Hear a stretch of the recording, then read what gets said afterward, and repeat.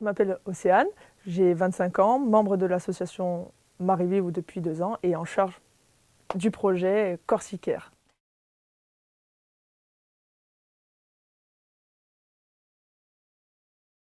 Alors, en 2 mots, c'est une mission d'éco-volontariat qui réunit un équipage de 10 étudiants issus pour la plupart de l'Université de Corse et qui, durant 1 mois, vont arpenter le littoral, les 1000 km de littoral, à la recherche de données scientifiques, également dans un but de sensibiliser les locaux, mais également les touristes, puisque l'environnement n'a pas de frontières.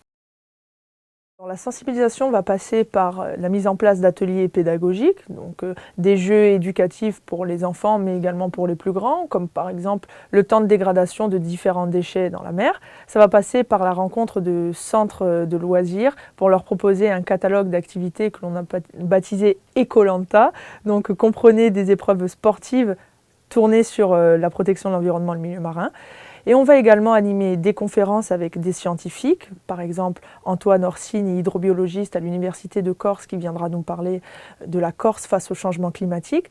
On va également projeter des films durant notre parcours dans des sites merveilleux comme le couvent Saint-François de Pine ou comme la maison de la Parata, grand site de la Parata du côté d'Ajaccio.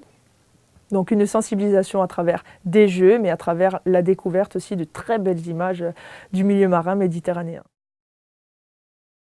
Le recueil de données scientifiques va consister notamment à mesurer la pollution plastique en mer à travers des transects et des analyses des récoltes de déchets que l'on va faire durant notre parcours. Ces données seront transmises à François Galgani, qui travaille à l'Ifremer de Bastia, qui a publié de nombreux articles et est le référent mondial sur la question des déchets marins.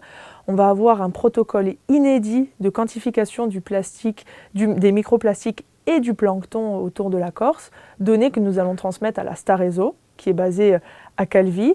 Et l'on va également récolter des données concernant les granulés plastiques industriels sur le sable, poser des hydrophones, puisque l'essence également de cette mission, c'est d'écouter ce qui se passe sous l'eau, dans un but de recensement des cétacés, si on a de la chance, mais aussi surtout pour écouter le bruit que font les bateaux.